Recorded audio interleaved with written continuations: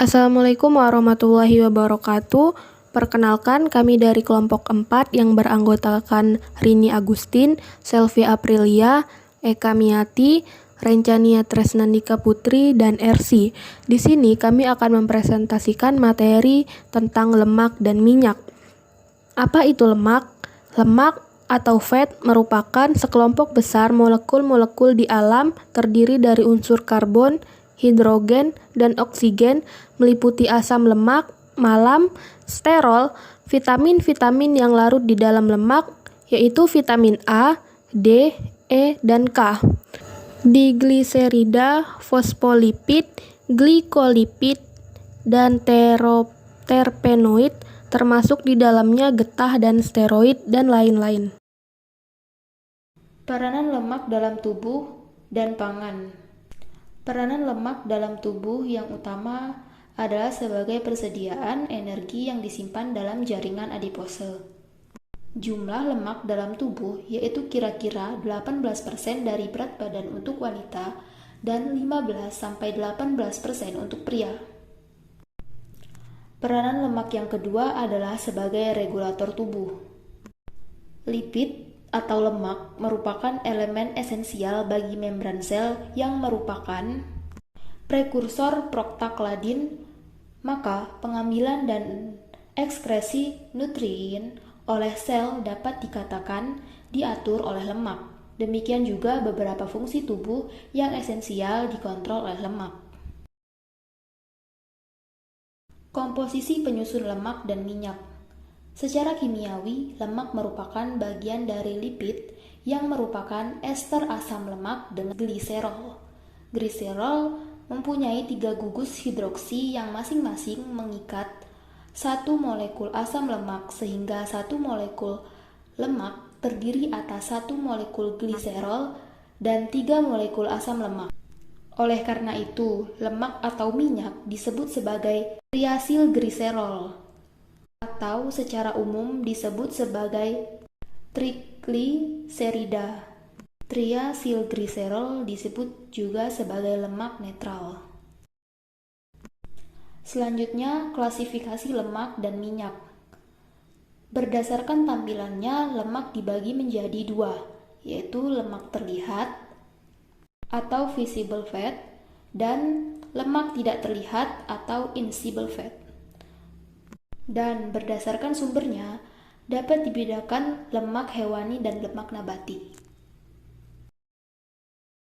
Selanjutnya jenis lemak dan minyak. Yang pertama yaitu minyak goreng, kedua mentega, ketiga margarin, keempat shortening atau mentega putih. Selanjutnya lemak dan minyak. Yang pertama yaitu esterifikasi. Proses esterifikasi bertujuan untuk asam-asam lemak bebas dari trigliserida menjadi bentuk ester. Yang kedua hidrolisis. Dalam reaksi hidrolisis, lemak dan minyak akan diubah menjadi asam-asam lemak bebas dan gliserol. Ketiga, penyabunan. Reaksi ini dilakukan dengan penambahan sejumlah larutan basah pada trigliserida. Yang keempat yaitu hidrogenasi. Proses hidrogenasi bertujuan untuk menjernihkan ikatan dari rantai karbon asam lemak pada lemak atau minyak. Yang kelima, pembentukan keton. Keton dihasilkan melalui penguraian dengan cara hidrolisa ester. Yang keenam, oksidasi. Oksidasi dapat berlangsung bila terjadi di kontak antar sejumlah oksigen dengan lemak atau minyak. Ada adisi iodium.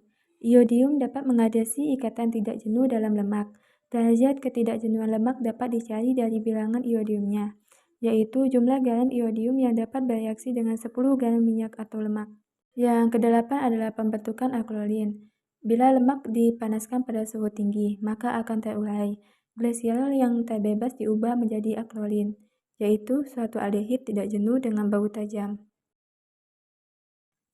Asam lemak bebas. Asam lemak bebas adalah asam lemak yang berada sebagai asam bebas tidak terikat, sebagai trigliserida. Asam lemak bebas merupakan salah satu faktor penentu mutu minyak sawit dan juga merupakan salah satu indikator dalam kerusakan minyak. Minyak kelapa sawit.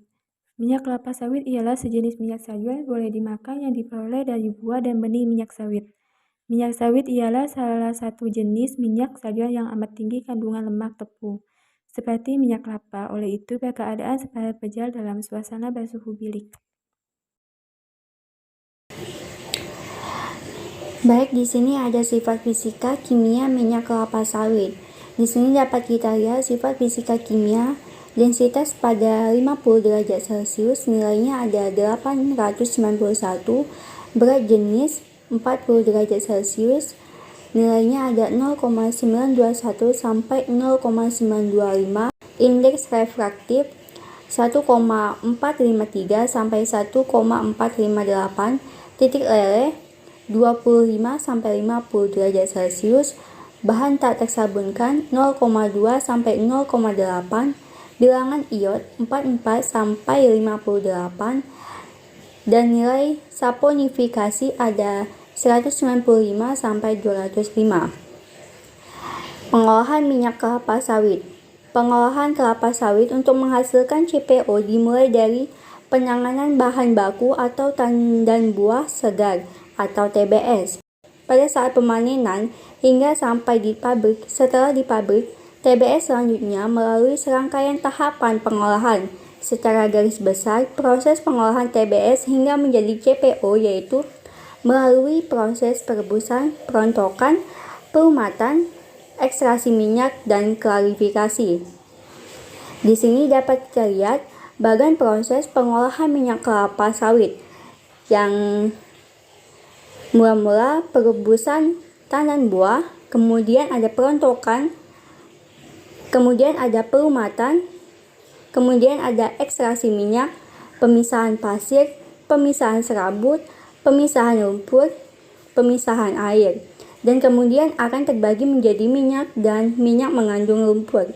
Kemudian di minyak ada pembersihan minyak, pengeringan minyak, penimbangan minyak, hingga menjadi penyimpanan minyak atau CPO.